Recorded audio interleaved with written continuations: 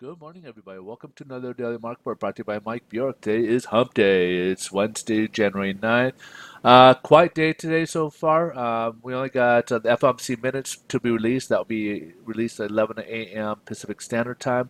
Historically, this isn't a good day for MBS or mortgage-backed securities, primarily because usually when minutes come out, the stock market takes off. That pulls money out from the mortgage-backed securities or bond market into the equities market, and a lot of times we end up having a pretty bad day, and interest rates usually tend to rise in this day. So, just a little forewarning going ahead here.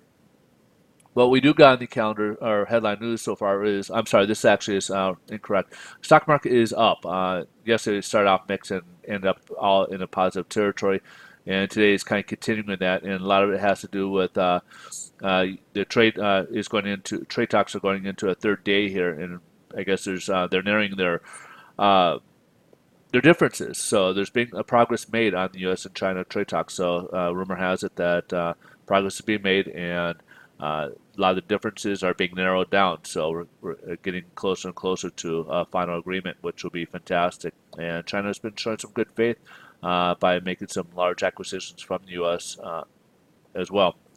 Later today, or even throughout the day, we're going to have a few Fed speakers speaking today that could also drive the markets. We've been hearing a bit of a dovish tone of late. There's been people are saying, like Bullard basically saying that we might be at a pause now. It doesn't see quite a need yet.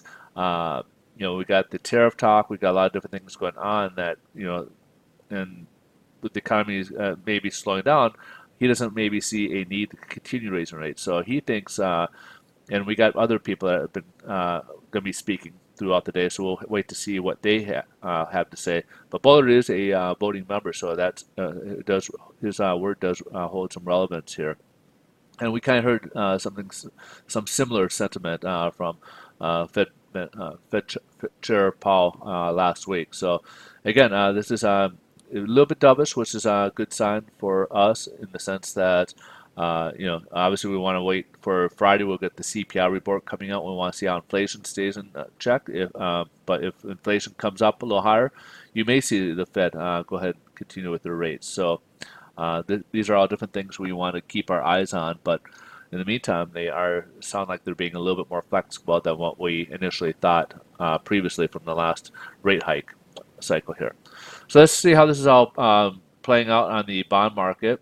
And as you can see, we're pressuring on this floor of support. This has been a pretty strong floor of support for us. And this is crucial because if it breaks below that, we get this trend here. It's going to basically put us below that trend line here. And that could convert to a reversal in rates. So instead of rates improving, they could worsen here. And we got down to the 200-day and 25-day moving average here. So we got a bit of room here, about 30 basis points. So that's just over a quarter of a point to the fee rates, or to the not to the rate, but to the fees for that. So let's say if 4% was at no points, it could cost you a half, or roughly a quarter point to half a point for that cost. So this is where it's kind of gets kind of important here. And as you can see here, we're dipping the stochastic showing us getting into more normal territories, which is kind of a good sign too. And then you got here's the 10-year Treasury. We're getting, again, kind of being from a oversold position to now getting into neutral territory here.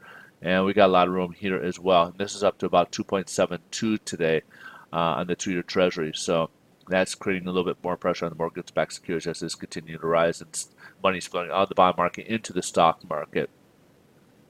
So that pretty much wraps things up. Rates are about the same. We aren't down that much. We're down about 2 basis points so far from where we left off yesterday. So basically, interest rates should be about the same as what we left off yesterday. If you guys want to get more updates, just come over to Twitter. I do post throughout the day on Twitter my updates. You can find me at Mike Bjork over there. Otherwise, you guys have a great rest of your day. Thanks so much for watching. I'll see you guys tomorrow. Bye-bye.